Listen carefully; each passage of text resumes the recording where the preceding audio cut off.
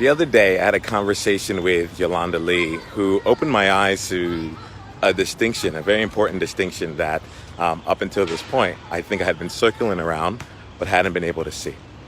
And in our conversation, she introduced something to me called the Outlier Syndrome. And I believe this is something that she came up with on her own, so I want to make sure all credit goes to her on this here. I can't really give full justice to the Outlier Syndrome itself, so I'm not going to jump into that.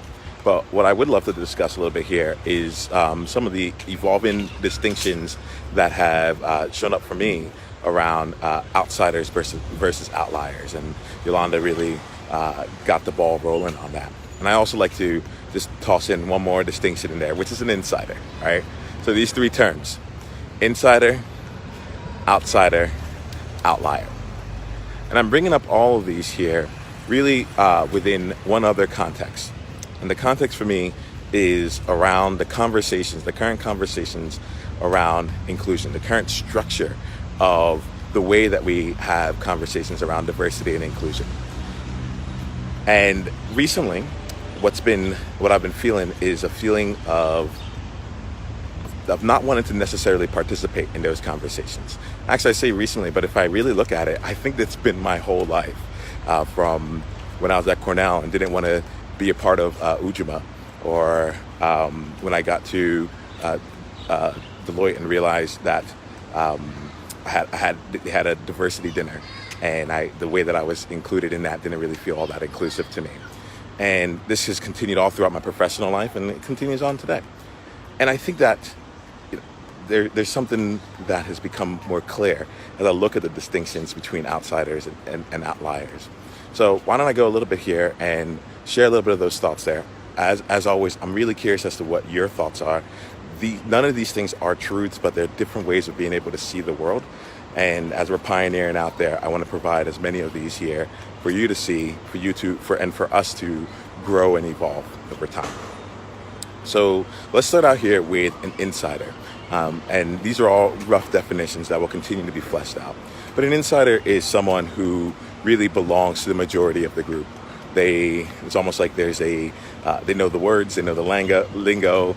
They're on the inside. They're getting the rewards, and I think generally speaking, you can kind of know when someone's an insider on it. They have the information, they get the benefits, so on and so forth. So I think when we say the word insider, it probably evokes some feelings for you. So let me spend more of our time focused on the distinguishing features between outsiders and outliers. And when it comes to an outsider is someone who's clearly on the outside of the inside group, right? And when I say clearly, I don't mean that facetiously. Clearly meaning that you can see that they're on the outside. Clearly meaning that you can look at a group of people and see who's on the inside and who's on the outside. And there are distinguishing features around that group, even from a third-person perspective, that makes it very clear what side someone is on. Right? Yolanda and I were talking about this, and one of the things she brought up was that as an outsider, you also have very high barriers to entry. It might even be impossible for you to ever become an insider. Right? So I'll use myself right now as an example. As a black male, from that identity, I will always be on the outside when it comes to white culture, right? Or being a white male, right? Like, if you look at it, you would be able to see that from afar, and there are arguments, I'm sure, that can be made around how it might be possible to come in and look from afar as though I'm on the inside from that particular identity. And so just to kind of not have us go down that rabbit hole, let's just say that it's particularly high barrier to entry. Okay, so that's typically the outsiders. It's a sense of identity, a sense of way of looking at you, looking at yourself or a group of people, such that you can from a third-party vantage point clearly distinguish what makes those people different from the majority. And for a long time, this has been this has been the language that I've been using to describe some of the feelings that I've had growing up, some of the feelings that I have in terms of the people that I work with, some of the challenges that I feel has taken place and that I work through. And part of what makes this conversation so interesting to me is that it wasn't until I had the distinction around the outliers that I got to see what was really driving a lot of it for me. So an outlier is someone who can be described as someone who feels as though they're on the outside, but to other people looking in, they're on the inside. Someone who feels like they're on the outside, but to others looking in, they're on the inside. I'll describe it for myself in this kind of way. So I had a career as an actuary. I also worked in tech. And when I was in both of those fields, I totally felt like I was on the inside. I was working in actuarial consulting. I was working in the tech companies. And yet I was also reminded that out of the entire industry, only 2 to 3% of all people in that field were African Americans. So I was an insider, but I was also at the same time, I felt like an outsider. And to others looking in, it might have seemed as though everything was, that I was clearly on the inside. To others looking in, as thinking of me from the lens of actuary, they might have thought one thing. But at the same time, there was still a sense of like, do I really belong? And so this is something that actually really uniquely distinguishes outliers from outsiders and clearly from insiders. And the way I love to think about this here is that, like, where an outsider you can look at and say, okay, you clearly don't fit in. An outlier is someone, this is my math stuff coming up, so let this be. An outlier is someone who fits the data set overall. It was a part of the data set, but doesn't fit the overall clumps, you know? So if everyone is if the data set visually has a cluster in this general space, the outlier will be the one that's up here, you know? So it's still part of the data, but it doesn't quite fit, but it's still a part of it. And that to me has been something that really resonated, because quite frankly, I think more than anything else, I consider myself an outlier. When I look at my experience, I've always been, back in the day, they used the word token a lot. Back in the day, I guess like 15, 20 years ago.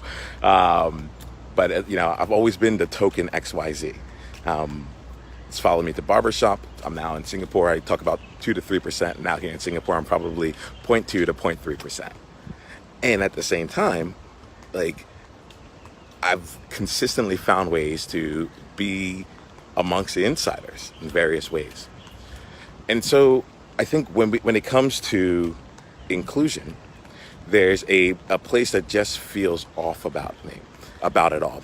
And the place that feels off is that the current approach to it feels a lot to me as though it is centered around how can we identify you as an outsider? What are the markers that make you an outsider in this group here? And let's start with the fact that you're on the outside and kind of call out how much on the outside you are. I experienced this as an outsider who goes and tries and supports women's events. And I've had, you know, I can tell that I'm talking about something important because I'm feeling very uncomfortable in what's going to come next. But, you know, I know that I have experiences trying to be a part of the group or to be amongst the event, and not really knowing where my place is, and then being told where my place is. That's the worst part. You know, that you're just here to listen or to learn, and so on. And that's fine. I get it now. I get that as an outsider, that's exactly how it would be. Perhaps that's the role that an outsider has to play. In these cases, I'm still exploring this. I'm still learning more about this, but I wanted to make it real for me as to what being an outsider can feel like, even amongst multiple groups. and other minorities, right? From the terms and from the places that we look at when we look at whether or not you're on the outside or inside. I've said this before, but you may not know this. 2016 was the first year that I actually felt I needed to be a black man. Up until that point, I was just Nemo. I had actually made that a thing to hold on to, a thing to strive for. It's like I am outside of this. I feel more of an outsider amongst the black community at times than I do, or at least the black community in America, than I do amongst many other groups. And I went back, and that's just, it's just been like that for a long time. Even in my high school yearbook, I saw myself as a part of the Asian American culture club, but I wasn't a part of the African American culture club. So this is something that's been with me for a while. And in our current attempts and the current kinds of conversations that I see being promoted, being the focus around diversity and inclusion, there comes a lot to focusing on those outsider status symbols, the outsider areas. And what I'm really interested in exploring, what I'm interested in pioneering, what I'm interested in really focusing my time and my efforts and energy is in helping to elevate that conversation and give us a space to look at it from the place of the outlier. And what I say about the place of the outlier is that, if I'm really honest, I feel that every single one of us is an outlier in some regard. Every single one of us blips out of the data set to some extent and has something where they can contribute far more than the rest of their peers or the rest of the insiders amongst them. And from my experience, living my own life and also with the people that I coach, what I've seen is that as outliers, because we're still a part of the inside tribe in a sense, there's a pressure to conform. There's a pressure to not outshine. There's a pressure to not really show that you're an outlier. Because if you show too much that you're an outlier, then you might actually escape the inside crowd and become just a full-fledged outsider. And if you've been an outlier, you know that you're outside of the inside group, but you're also outside of the outsiders, right? So in neither place do you really have a place that's right for you. And as this goes on, I realize more and more that the work that I do, my belief around like how we can really create world joy in the world is really around allowing every single person to own their outlier status and bring that out in certain ways. Now, I don't need it to be something where it's because I'm an outlier, everyone else needs to be an outlier. I could feel that thought in my mind as I was talking here. Now, that's not the case. The case really here is that I have a feeling, I have a strong, not even more than a feeling, it's a strong belief and it's a deep knowing that we all have something very unique that we can contribute to our world, whether it's in our workplace, in our companies, as leaders, or in our families. And the societal pressure or our own internal pressure to make sure that we continue to be insiders or to be amongst the community, amongst the group, to be accepted is so strong that it keeps us from really being able to elevate ourselves to higher levels, to live in the areas of where our outlier status is. And it's my belief that if more outliers are able to show their colors and still remain in the data set, we have an opportunity to elevate or to move forward the rest of the group. And it's with that perspective in mind that I want to make sure that I'm at least calling out the differences, that I'm at least speaking to the differences between outsider and an outlier, and giving ourselves a chance to explore this from a perspective that makes sense for us. So we have outsiders who you can clearly see are not a part of the in crowd, not one of the insiders. And you have outliers who appear in some way, shape, or form to be amongst the basically outsiders who can work with insiders, right? And they feel it on for them. You may not be able to see it from a third person vantage point, but that individual still feels within them a deep knowing that they don't necessarily belong here, and yet they are. And if we can create space for those outliers to really be able to shine and to be successful and to be able to bring in the unique contributions that an outlier has, well, then those outliers then go off and they can create more space to make it easier for people who feel on the outside to realize that they aren't alone as well, and that there's also a path there. So I'll wrap this all up here with sharing one more thing. I think it's around the path to bringing an outsider onto the inside. Seems to be focused on really on their outsider status. What is it like to be a black male? What is it like to be a woman? So on and so forth. And really understanding what it's like to be an outsider, and understanding what it's like to be an insider, and how being an outsider is so different from being an insider. That's awesome.